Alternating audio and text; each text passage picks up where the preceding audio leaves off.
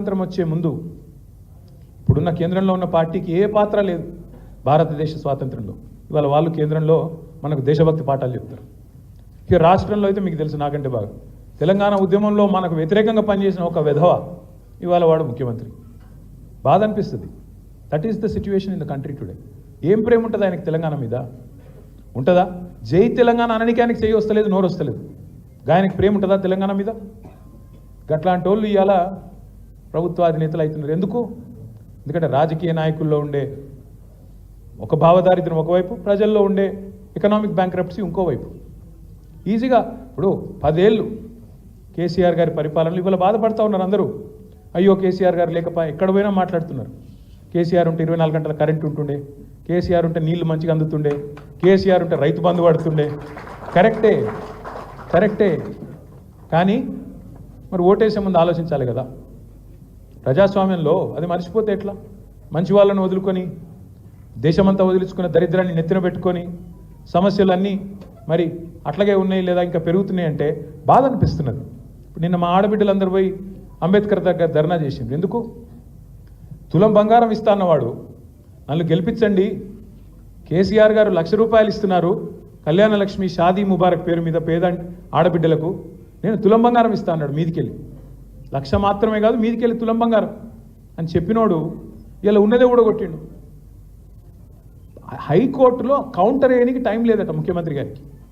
ప్రభుత్వానికి పేదింటి ఆడబిడ్డల పెళ్లిళ్ళు కేసీఆర్ గారు ఎన్ని చేసిండండి? 15 లక్షల పెళ్లిళ్ళు చేసిండు కేసీఆర్ గారు. 14 లక్షల మంది ఆడబిడ్డలకు కేసీఆర్ కిట్లు ఇచ్చిండు. ఎందుకోసం ఇచ్చిండు?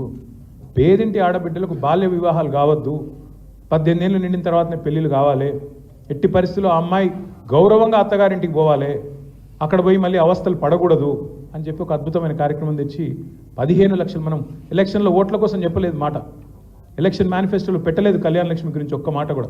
కానీ కేసీఆర్ గారు ఒక తాండాలో, అదేం తాండా అక్క పేరు, నేలబండ తాండా పోయినప్పుడు అక్కడ పల్లె నిద్ర చేసిండు. అంటే ఒక నాయకుడికి ఎంత ఆలోచన ఉంటే ఎట్లాంటివి వస్తాయంటే పథకాలు ఆయన మనసులోంచి ఎట్లా వస్తాయంటే ఇట్లా వస్తాయి. ఒక గిరిజన కుటుంబం ఆ రోజు ఆ తాండాలో కేసీఆర్ గారు ఉన్నప్పుడు వచ్చి ఓ తండ్రి వలవల ఏడుస్తూ, అన్న నా ఇల్లు కాలిపోయింది, అలా నేను నా బిడ్డ పెళ్లి కోసం దాచుకున్న ₹60,000 కాలిపోయినాయి, ఏం చేయాలి ఇప్పుడు, ఎట్లా బతకాలి అని చెప్పి ఏడిస్తే కేసీఆర్ గారు ఓదార్చి ఆపి, లేదు తమ్ముడు భయపడకు నేనున్నా అని చెప్పి ఆ పాప పెళ్లి చేసిండు. అది వేరే సంగతి.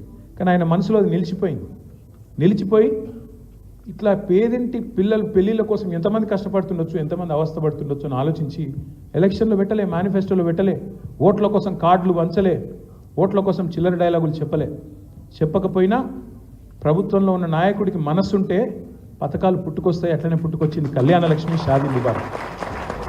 ఓ రోజు కేసీఆర్ గారు తన పొలం కాడికి పోతుంటే అక్కడ మధ్యలో ఒక ఊరిలో, లక్ష్మాపురం అనే ఊరిలో రైతులందరూ కలిసి కారు ఆపితే ఆగిండు. ఏందమ్మా అంటే ఏదో దరఖాస్తు ఏదో పట్టుకొని ఇస్తున్నారు. చదవరాదు దరఖాస్తు అని అడిగిండు కేసీఆర్ గారు. చదువుతుంటే వాళ్ళకి చదువు వస్తలేదు, ఎందుకంటే కళ్ళు కనబడతలేవు.